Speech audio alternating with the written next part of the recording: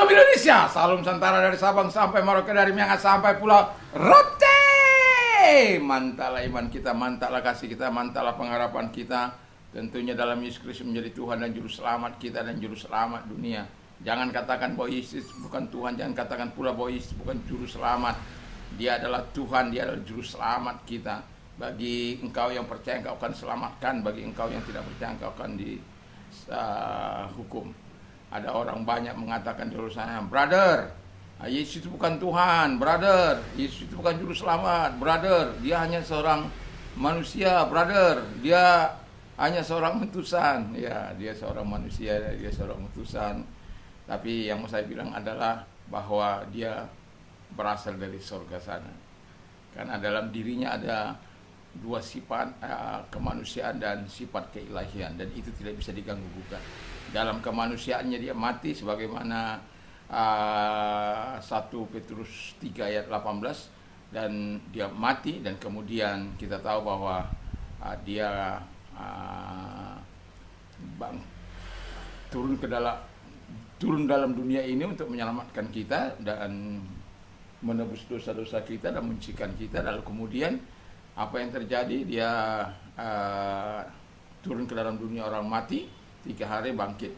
Dia menyatakan kemuliaannya. Allah membangkitkan Dia dari kematiannya, dan kita tahu bahwa Tuhan yang akan menolong, ya. Dan kemudian kita tahu bahwa Dia naik ke atas sana untuk menyatakan segala kemuliaannya, dan akan turun lagi ke bumi ini untuk menjadi hakim kali yang kedua. Puji nama Tuhan. Dan firman Allah juga berkata, Yesus sudah berkata, akulah jalan dan kebenaran dan hidup, tidak seorang sampai kepada Allah kalau tidak melalui aku. Rasul Petrus juga sudah mengatakan, karena begitu besar keselamatan tidak ada di dalam siapapun juga selain di dalam Dia. Karena di bawah kolong langit ini tidak ada nama lain yang diberikan kepada manusia yang olehnya kita diselamatkan selain di dalam Yesus Kristus itu sendiri. Dan Alkitab juga mengatakan, karena begitu besar kasih Allah akan dunia ini sehingga Ia mengaruniakan anaknya yang tunggal supaya setiap orang percaya kepada-Nya tidak binasa. Jadi pilih yang baik supaya engkau selamat. Selamat pagi bagi kita semuanya. Kiranya kekuatan Tuhan, kekuatan roh, kekuatan iman, kekuatan doa, kekuatan firman senantiasa menyertai kita. Sebelum kita mendengar firman Allah, kita berdoa. Terima kasih Tuhan, biarkan kami hidup dalam ketenangan dalam Yesus Kristus. Kami bersyukur dalam nama Haleluya. Amin.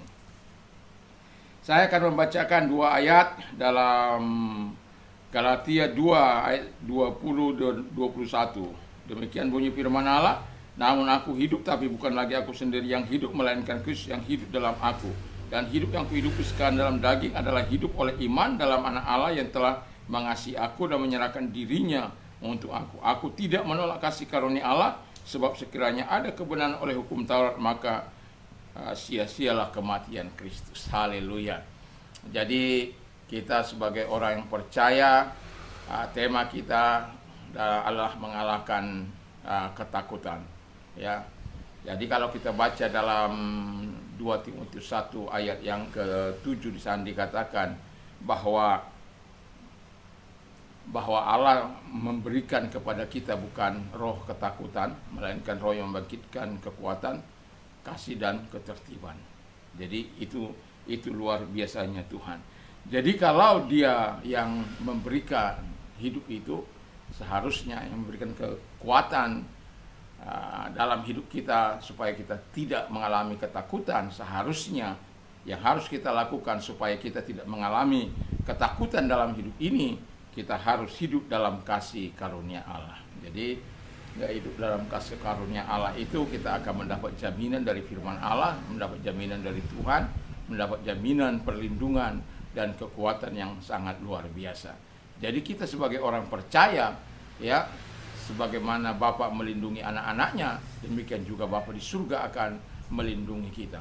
Dan demikian juga Bapa di surga akan memberi yang terbaik dalam kehidupan kita. Itu sebabnya Alkitab mengatakan Allah itu tidak memberikan kita roh ketakutan, melainkan roh yang membangkitkan kekuatan, kasih dan ketertiban. Mengapa?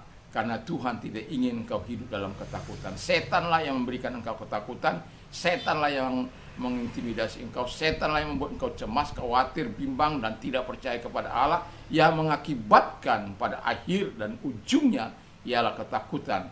Kalau sudah ketakutan menghinggapi hidupmu, maka cepat-cepatlah engkau akan dikirim ke dalam dunia orang mati.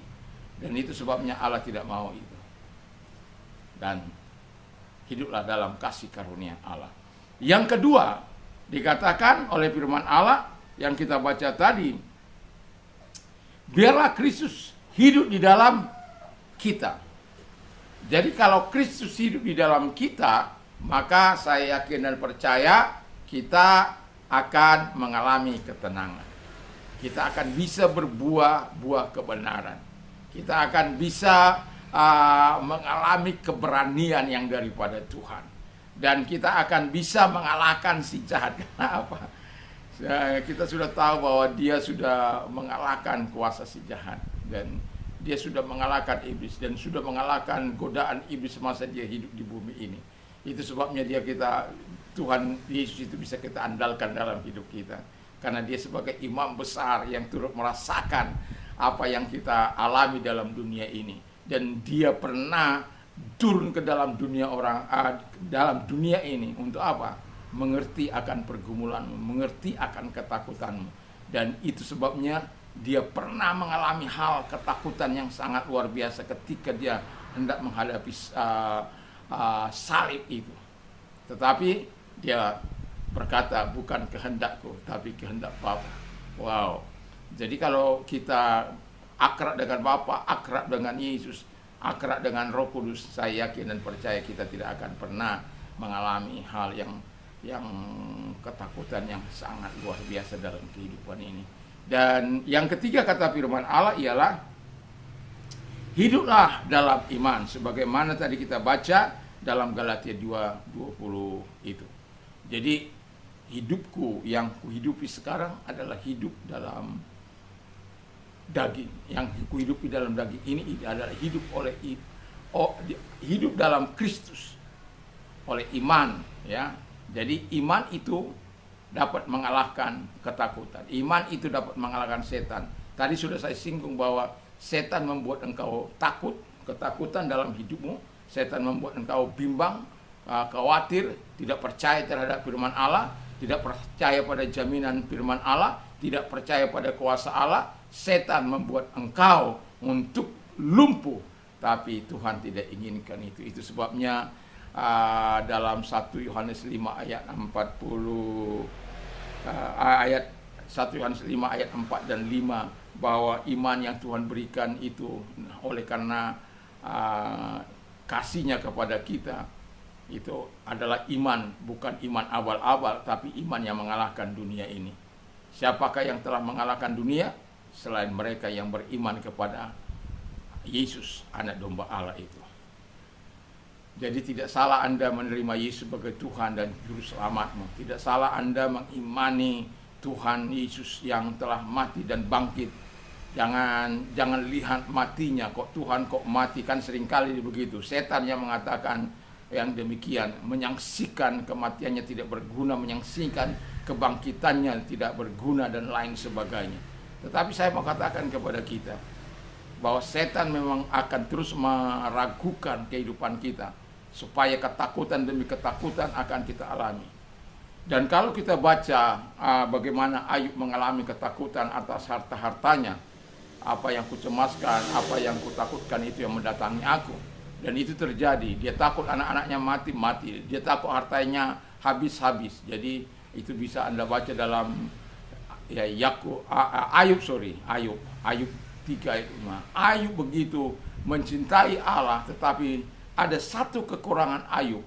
Walaupun dia dikatakan orang yang saleh, orang yang takut akan Tuhan, orang yang jujur, orang yang menjauhi kejahatan, dan tetapi tiap hari dia memberikan persembahan kepada Allah untuk apa? Supaya anak-anaknya ya jangan inilah, jangan itulah, jangan mati.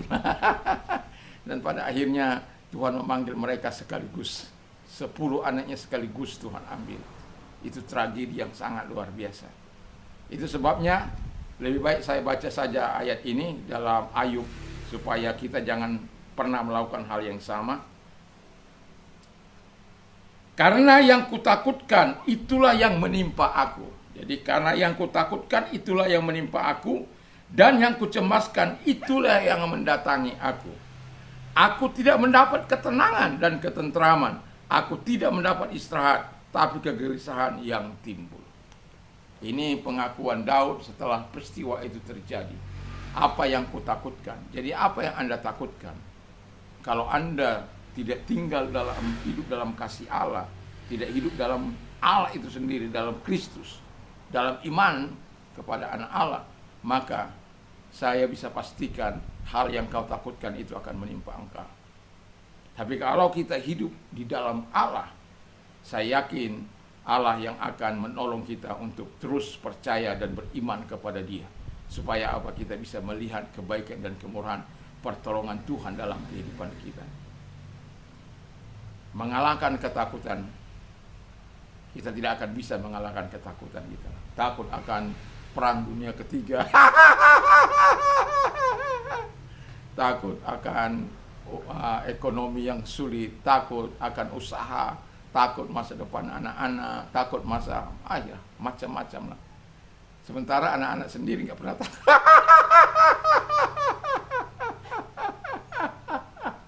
Saking nggak takutnya mereka nggak pernah lagi berdoa. Kebalik-balik dunia. Ya kan, kita orang tua berdoa, berpuasa, ya doa malam, doa pagi, siang, sore untuk datang kepada Tuhan, menyerahkan semua ke dalam tangan Tuhan. Anak-anak tenang dengan gamenya. Ya, tapi saya mau katakan, jangan takutkan hidup ini. Kalau kamu mau mengalahkan kejahatan, kita mau mengalahkan kejahatan, hiduplah dalam kasih Allah. Hiduplah, seharusnya hidup. Kristus harus ada dalam hidup kita. Dan kita harus beriman kepada Dia supaya kita dapat mengalahkan dunia ini dan mengalahkan ketakutan yang menimpa hidup kita. Jangan sampai ketakutan kita mendatangi kita, karena kalau itu sampai terjadi, itu iman kita tidak berfungsi. Dan tentu kita tidak ingin iman itu. Memang ada iman abal-abal, iman melempem. Tapi iman yang diberikan oleh Allah ini, iman yang mengalahkan dunia. Dan yakini itu, dan percaya itu, dan hiduplah di dalam iman yang mengalahkan dunia dan setan itu. Mari kita tunduk kepala kita berdoa. Terima kasih Tuhan, kami yakin kami dapat mengalahkan dunia ini karena Tuhan, mengalahkan setan karena Tuhan. Terpujilah Engkau. Kalau engkau sakit, saya mau berdoa bagimu, dan percayalah bahwa Tuhan bisa hadir menolong engkau dan menyembuhkan engkau saat ini. Saya engkau percaya bahwa Tuhan mampu menolong engkau, menyembuhkan engkau, Dia akan datang menolong engkau. Terima kasih Bapa di surga, sebagaimana firman-Mu, kami hanya melakukan bagian firman-Mu, dan kami engkau katakan untuk memerintahkan segala sakit penyakit dan melenyapkan segala sakit penyakit dalam nama Yesus, mengusir setan-setan dalam nama Yesus. Segala setan sakit penyakit itu sendiri dan segala kelemahannya kami tolak dalam nama Yesus dari mereka Tuhan Bapa di surga yang mengalami sakit, yang sedang bersatu hati dengan kami berdoa. Seberapapun kami yang mendengar ini Bapa di surga, Tuhan menolong mereka, Tuhan menyembuhkan mereka di dalam nama Yesus. Terima kasih. Yang mengalami masalah, Tuhan terus akan menolong mereka dan memberkati mereka. Setiap waktu mungkin ada orang-orang yang terus mengalami ketakutan dalam hidupnya, engkau datang kepada mereka. Kalau engkau orangnya, mari angkat kedua belah tanganmu, serahkan hidupmu kepada Tuhan supaya engkau mengalami ketenangan, supaya jangan terjadi seperti hidupnya Ayub. Ketentraman dan ketenangan tidak ada dalam hidupnya karena ketakutan yang menimpa dia. Dan terima kasih Bapa di surga, dan kami menyerahkan mereka yang mengangkat tangan kepadamu, dan genggam tangan mereka, kuatkan mereka, topang mereka, dan jauh segala persoalan-persoalan hidup mereka, apapun yang mereka butuhkan. Tuhan tolong sehingga mereka memberikan kemuliaan bagi Tuhan dan berkata kepadamu, sungguh terpujilah Tuhan yang maha perkasa itu, yang sudah menolong kami keluar dari kesulitan, penderitaan, dan dari segala sakit penyakit kami dan kelemahan kami. Terima kasih Bapa di surga buat pertolonganmu kepada mereka, buat jawabanmu kepada mereka. Dalam nama Yesus kami bersyukur dan berdoa. Haleluya. Amin. Selamat pagi. Tuhan Yesus memberkati kita. Mantap, mantap, mantap.